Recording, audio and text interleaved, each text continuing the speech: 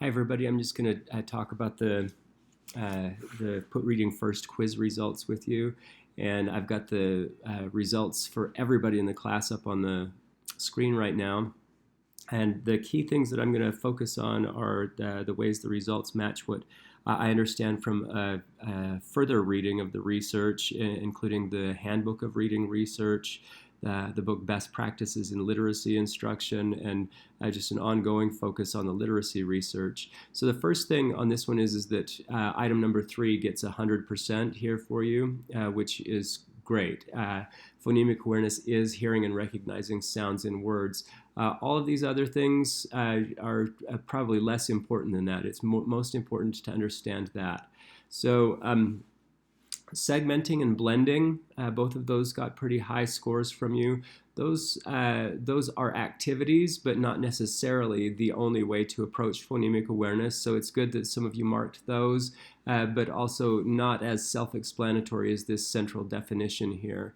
So beyond that, the thing that I need to emphasize here is that there's a split that we're not always cognizant of between orthography and phonology in language. And orthography is the writing system. And if you just break down what orthography is, it's the match or the correct match for the writing system, what is matched to the writing system. And in English, it's a match to the phonology. So the writing system and the phonology match in an alphabetic system. But those two systems are separate and have to be combined, which is why phonics is not phonemic awareness. It's not letter sound recognition. Phonemic awareness is not letter sound recognition. It's not blends and digraphs. It's not automatic word reading, which you all got. It is, however, a significant predictor of reading success. This is the one that you need to understand. It is a significant predictor. It is not a cause of reading success. That's the way you need to read the research, is that a predictor is something where they take a group of people and they give them a whole bunch of checks to see how they're doing with different aspects of literacy, and then a few years later they look and see who was successful and who was not successful, and what were the commonalities among those who were successful and those who were not successful. Phonemic awareness is one of those where they're able to take kids who are later, by 3rd grade, 4th grade, 5th grade, not successful with reading, and say, well, back in kindergarten and 1st grade, they didn't do well with phonemic awareness either. So a predictor is not the same thing as a cause. So there's still a sense that you may not be able to just force the issue on reading by giving people phonemic awareness, but because it's such a significant predictor, we want to give kids early on the best possible chance at mastering phonemic awareness and understanding it, having concepts and so on, because we want them to go forward with every leg up that they possibly can. But you can't assume that just because you give somebody phonemic awareness, it's going to cause reading success. The last one here, phonemic awareness is absolutely about oral language. It is speaking and listening. So that's what phonemic awareness is. So I'm going to scroll down from there. Effective phonemic awareness. This is absolutely true. Again, 100% for that one. That's great to know. So you've got that concept down. The reading research does suggest that only about 7 minutes of instruction a day is necessary. And this is important research because people who do phonemic awareness instruction often just kill kids with this, do hours and hours of phonemic awareness instruction throughout the week with them. And it just has to be something that's done quickly and efficiently and with applications. You need to get it out there to other words. The fascinating piece of research that you may not have noticed, it was in the Put Reading First book, is that it is more effective when the words are presented with print. And this baffled me at the beginning when I first started studying phonemic awareness, because a lot of people at the time were teaching phonemic awareness with just like little colored cards or poker chips or something that kids could use as manipulatives and not actually using words. But the research suggests that if you give kids a word that's printed, and then have them do the phonemic awareness, segmenting and blending as the most effective activities, that it was more effective when they had those printed words with them. And to me, that suggests that there's just a really clear sense for kids, that they're actually doing some sort of matching there. So there is, in the phonemic awareness instruction, some sense that you should probably do the phonemic awareness activities with words involved, which incidentally will still make it kind of a phonics activity. So there is some sort of a blending there. Let's see. Also, yes, a predictor of reading success here, not a cause of reading success. So let's get out. Hopefully I explained that clearly, that a predictor in research is definitely not the same thing as a cause.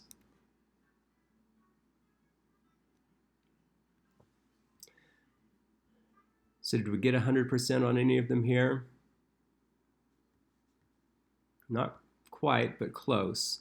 So this is what phonics is, matching sounds and letters. It's oftentimes called graphophonemic knowledge because it's that match between the writing and the sounds. So orthography, again, is the writing system. Phonology is the sound system. Phonics over the years in education has come to represent the match between those two, matching sounds and letters in words. That's true for English because it's an alphabetic language. In a language like Chinese, it's logographic, which means that each of the printed symbols represents a word. And so their orthography is not a match of sounds to letters all the time. They do have some alphabetic pieces to their language, but by and large it's matching words or meanings to their writing system. All of these others are pieces and parts. So knowing the letters of the alphabet is absolutely necessary for doing phonics, but alphabetic awareness is a separate thing. You can know the letters of the alphabet without knowing how to use them, and that's still not quite phonics. Knowledge of consonant sounds, knowledge of vowel sounds, those are essential to phonics. Knowing digraphs, those are also essential to phonics. Reading whole words. The research suggests that reading whole words is something that people do with a sense of phonics as well. People who are successful with reading do, in their mind's eye and in their mind's ear, break down the words really quickly. And I'll show you an activity in the future that will help you realize how you do that. So let's see. A mnemonic system for remembering and storing words, that one got low rates. That is something that the work of Linnea Ehri, E-H-R-I, has shown fairly conclusively that phonics actually helps you remember and store the words when you kind of break them down and put them back together. And one-to-one correspondence from its letter to its sound, absolutely not true. English does not work that way. There is no one-to-one correspondence from a letter to its sound. We have 5 vowel letters. Sometimes we use Y, sometimes we use W, but by and large 5 vowel letters. There are 18 phonemes, vowel phonemes. There is no one-to-one correspondence from a letter to its sound, and that's most true among the high-frequency words. The top 1,000 words in English, the ones that you have to know to be able to read, do not have one-to-one correspondence from letters to sounds. English comes in patterns. Systematic sequential phonics instruction, most effective for K1 grades. So less effective after grade 2. That was absolutely something that they found across very different studies in the research that had significance statistically to those studies. So you don't get more out of phonics by continuing to hammer kids with it after they've already had the instruction. You have to get to some other way of getting kids to their reading proficiency if they've already had phonics instruction. This one up here, absolutely fundamental. Phonics instruction does not have significance when it's not given immediate opportunities to apply it in reading. And we often forget this one. We think that the application is the exercises or the practice pieces that we do, but no, instruction is instruction, practice is practice, and application is when you actually take it out into the real world and apply it. So if you're going to do phonics instruction, you need to teach the phonics, you need to give kids practice activities, and then they need to go and actually find those phonics elements, and you need to demonstrate them and help them find them in their real books. So glad you noticed that nonsense word fluency is not a research-based approach to effectiveness. So even though we might get good DIBELS scores if we teach our kids how to recognize nonsense words, it's not going to help them actually decode words later. This is the key thing to get to from that section. The research on this is something that they wanted to, I think this is one of the big agendas of the National Reading Panel, is that they wanted to demonstrate for us fairly clearly that phonics is something that you just, you can't leave it up to chance. You actually do have to demonstrate for kids that are learning to read and write in English how the alphabetic system works. And that has much more to do with the patterns and chunks that we have matching sounds to letters in English than any sort of one-to-one match between all of the letters and all of the sounds. Some of those matches are one-to-one, and I don't mind it if they're taught that way where it does work that way. But where it doesn't work that way, we'd have to teach it in chunks and patterns. So oral reading fluency, no 100% on here. This is the one that rated the highest, and this is the best definition for oral reading fluency. The research also suggests that automatic word identification is absolutely part of oral reading fluency. It's kids who don't stop and think and sound out the words while they're reading them. You just look at them and you know them, and you're actually able to make it sound natural, not only with the syntax or the flow of the grammar, but also the prosody, so that you can show that you know what it means as well. So this one is a fallacy, necessary step between phonics and comprehension. It's not a 1, 2, 3 scenario. You don't do phonics, then fluency, then comprehension. You can be working on demonstrating reading fluency all the way back in preschool and kindergarten so that kids know what it sounds like and know that they're working towards it and so on. And also kids can be comprehending way before they become fluent readers. So this one here is also true. You tip the balance of focus away from word identification. You're just not doing as much effort to do word identification when you're becoming a fluent reader. Both of these next ones are true. Phrasing and natural sounding reading kind of go hand in glove together.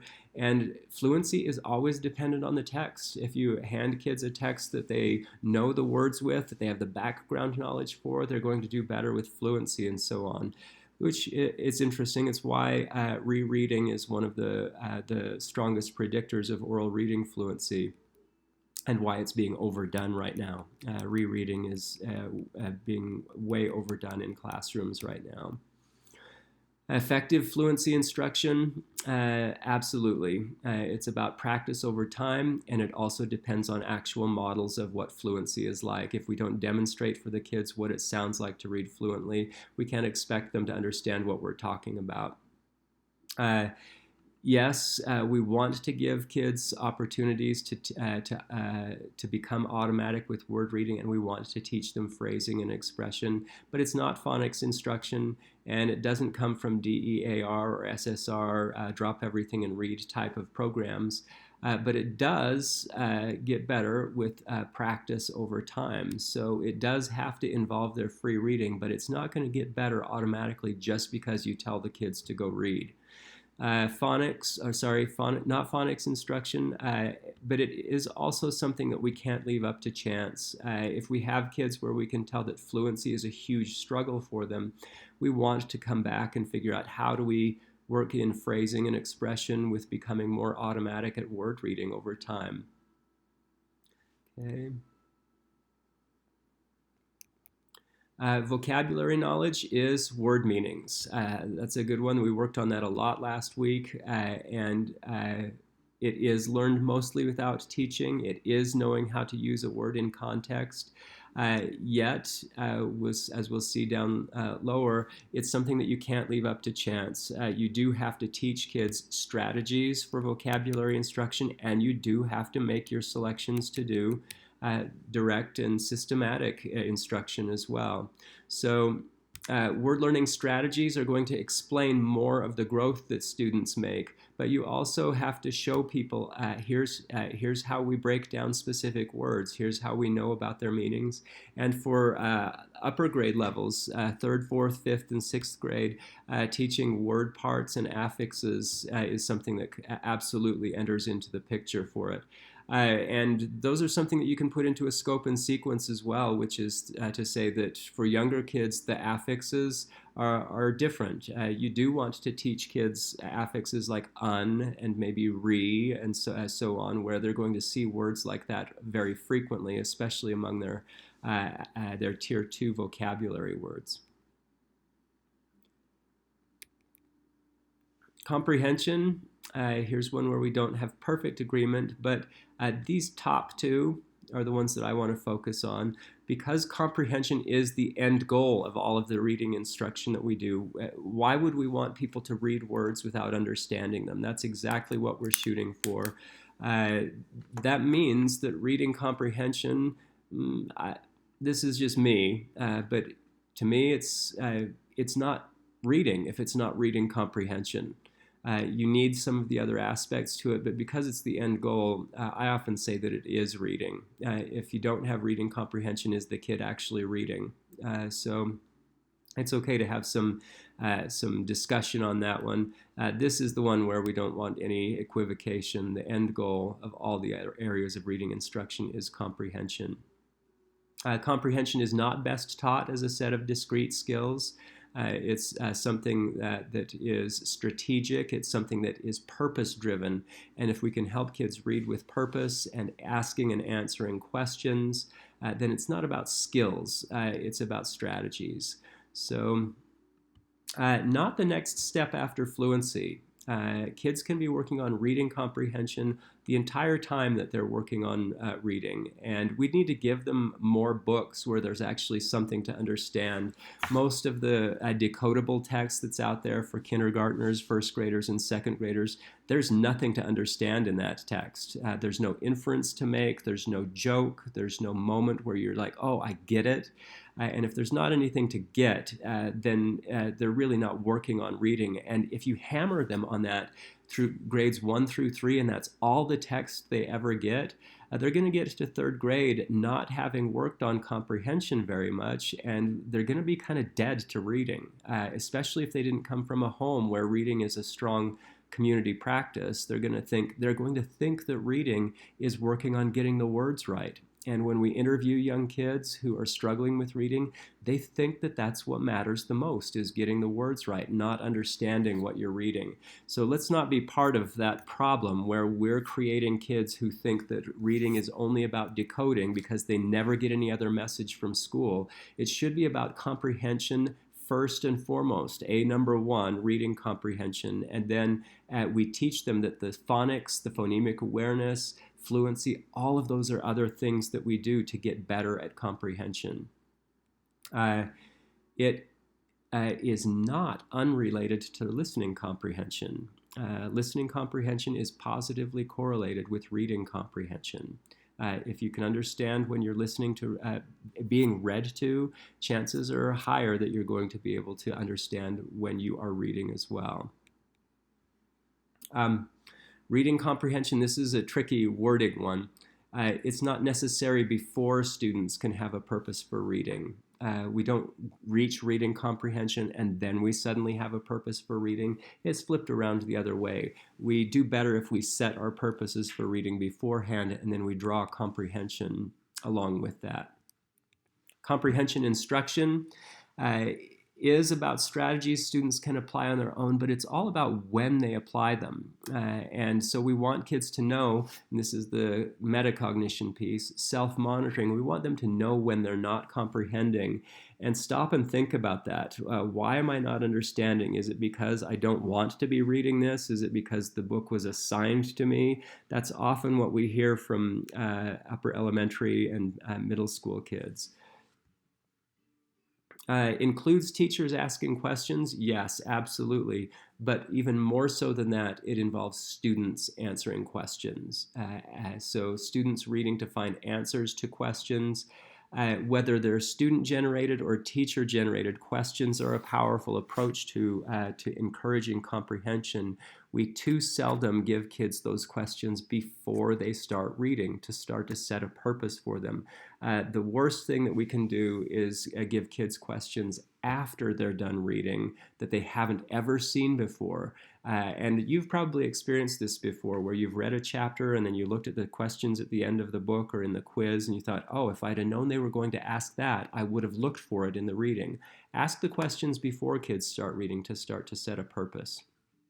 Okay, so those are each of the sections of the quiz, and I've kind of tried to interpret some of what I know from the research for you. It includes an understanding not only of the National Reading Panel and the Put Reading First booklet that they ended up putting out in conjunction with the Center for the Improvement of Early Reading Achievement, but also my understanding of readings of the research, and you can see some of those digestions of the research again in the Handbook of Reading Research, which I'll talk about some more in our class, and also the book Best Practices in Literacy Instruction.